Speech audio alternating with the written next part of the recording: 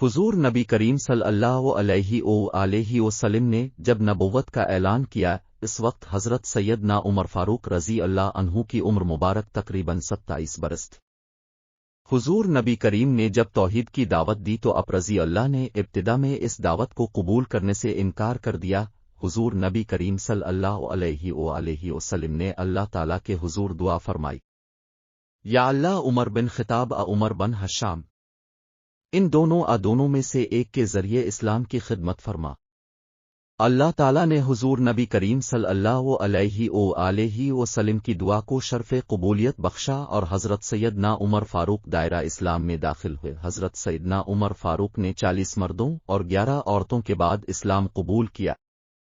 आपके कबूल इस्लाम से पहले आपके बहनोई हज़रत सईद बिन जैद और आपकी बहन हज़रत फातिमा बिन्त खिताब भी दायरा इस्लाम में दाखिल हो चुके थे, और उन्होंने अपने कबूल इस्लाम को खानदान के दीगर लोगों और अब से छुपा रखा था। इसी तरह खानदान के एक और शख्स हज़रत नईम बिन अब्दुल्ला भी इस्लाम कबूल कर चुके थे।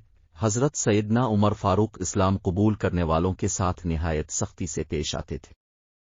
एक दिन अब इसी कैफियत में तलवार नियाम से निकाले जा रहे थे। रास्ता में हज़रत नईम बिन अब्दुल्ला से मुलाकात हुई। हज़रत नईम बिन अब्दुल्ला ने जब हज़रत सैयदना उमर फारूक रज़ी अल्लाह अन्हु को इस हालत में देखा तो पूछा, क्यों उमर, कहाँ का इरादा है? आप रज़ी अल्लाह अन्हु ने कहा, मैं आज मोहम्मद को कत्ल करने की गरज से निकला हूँ। हज़रत नईम बिन अब्दुल्ला ने हज़रत सैयदना उमर फारूक की बात सुनकर कहा, उमर, तुम्हें तुम्हारा नफस धोखा दे रहा है।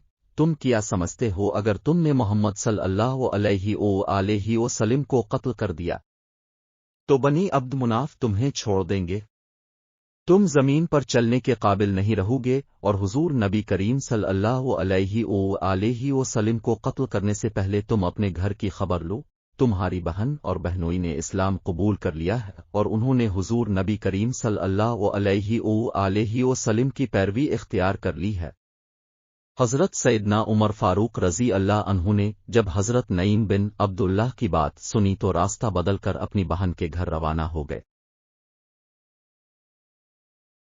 आपकी बहन और बहनोई के घर इस वक्त हज़रत खुबाब बिन इल्लारुत मौजूद थे, जो उन्हें सूरत ताहा की तालीम दे रहे थे। आपके कदमों की आहट सुनकर हज़रत सईद बिन जैद ने हज़रत खुबाब बिन अलर्त को घर के एक कोने में छुपा दिया। हज़रत सैयदना उमर फारूक भी घर में दाखिल हुए और पूछा, तुम लोग अभी क्या पढ़ रहे थे? हज़रत फातिमा बिन्त खिताब ने कहा, कुछ भी नहीं। आपने कहा, क्यों नहीं? मैंने खुद अपने कानों से तुम दोनों को कुछ पढ़ते सुना है और मुझे भी मालूम हो गया है तुम दोनों ने मोहम्मद के दीन की पैरवी इख्तियार कर ली है। हज़रत सैयदना उमर फारूक ने ये कहते ही अपने बहनोई हज़रत सईद बिन जैद के मुंह पर तमांचा दे मारा। हज़रत फातिमा बिन्त खिताब शौहर को बचाने के लिए आगे बढ़ीं तो अपने उनको धक्का दे मारा, जिससे उनका सर फट गया और खून बहना शुरू हो गया।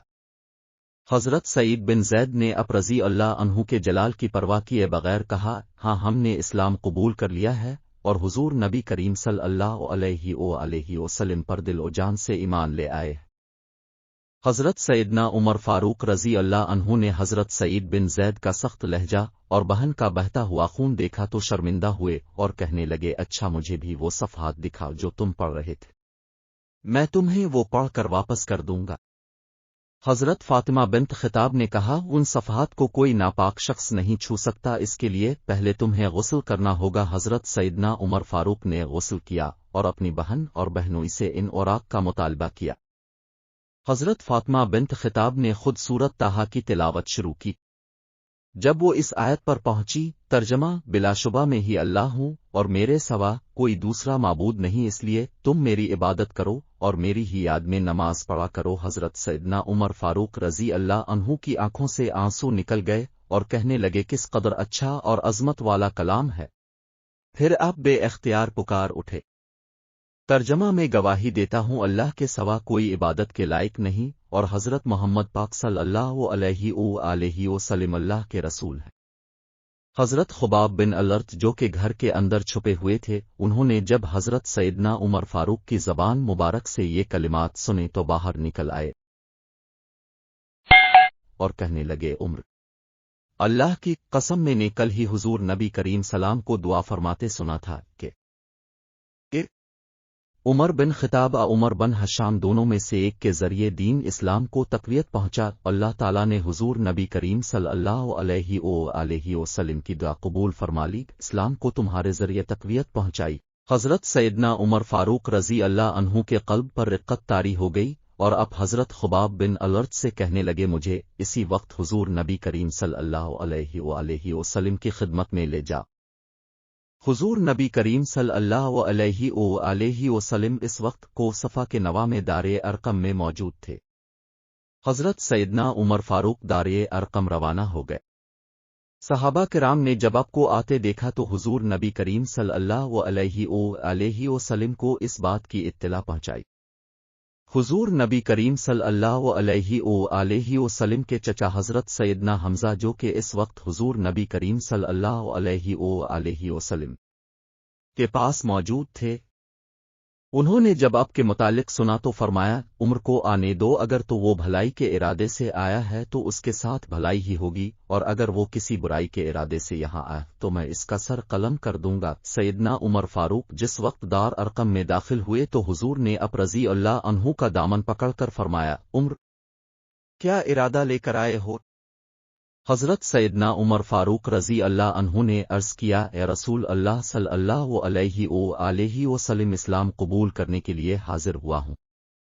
حضور نبی کریم صلی اللہ علیہ وسلم نے آپ کی بات سن کر نعرہ تکبیر بلند کیا اور صحابہ کرام نے جواب میں اللہ اکبر کا نعرہ بلند کیا جس سے کوہ وصفہ کی پہاڑیاں گونج اٹھیں.